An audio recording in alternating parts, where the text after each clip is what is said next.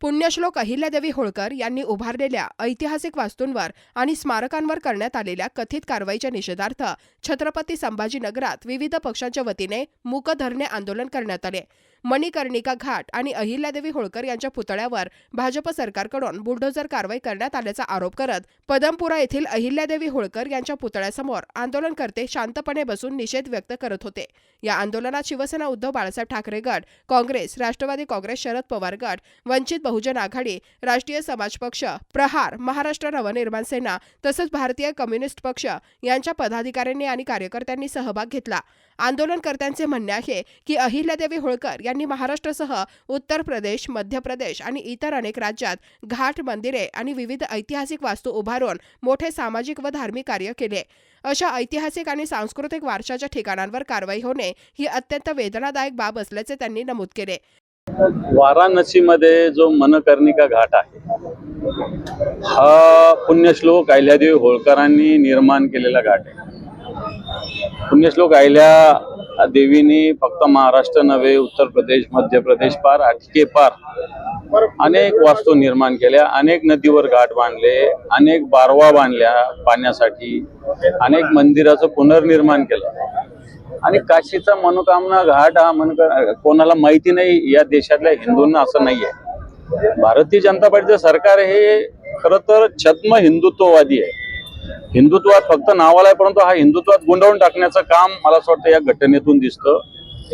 घाट तर पाडलाच, अहिल्यादेवी होळकरांची पूर्ण मूर्ती सुद्धा त्यांनी नेस्तनाबूत केली। मला असं वाटतं मनाला वेदना होणाऱ्या या घटना ज्या पद्धतीनं भारतीय जनता पार्टीच्या सरकारने केलेल्या आहे याच्याविषयी बोलूच शकत नाही। वाराणसीमध्ये जो मनकर्णिका घाट आहे हा पुण्यश्लोक अहिल्यादेवी होळकरांनी निर्माण केलेला घाट आहे। पुण्यश्लोक अहिल्या देवीने फक्त महाराष्ट्र नव्हे, उत्तर प्रदेश, मध्य प्रदेश पार आटके पार अनेक वास्तू निर्माण केल्या, अनेक नदीवर घाट बांधले, अनेक बारवा बांधल्या पाण्यासाठी, अनेक मंदिराचं पुनर्निर्माण केलं आणि काशीचा मनोकामना घाट हा कोणाला माहिती नाही या देशातल्या हिंदूंना असं नाहीये। भारतीय जनता पार्टीचं सरकार हे खरं तर छद्म हिंदुत्ववादी आहे। हिंदुत्वात फक्त नावाला आहे, परंतु हा हिंदुत्वात गुंडवून टाकण्याचं काम मला असं वाटतं या घटनेतून दिसतं। घाट तर पाडलाच, अहिल्यादेवी होळकरांची पूर्ण मूर्ती सुद्धा त्यांनी नेस्तनाबूत केली। मला असं वाटतं मनाला वेदना होणाऱ्या या घटना ज्या पद्धतीनं भारतीय जनता पार्टीच्या सरकारने केलेल्या आहे याच्याविषयी बोलूच शकत नाही।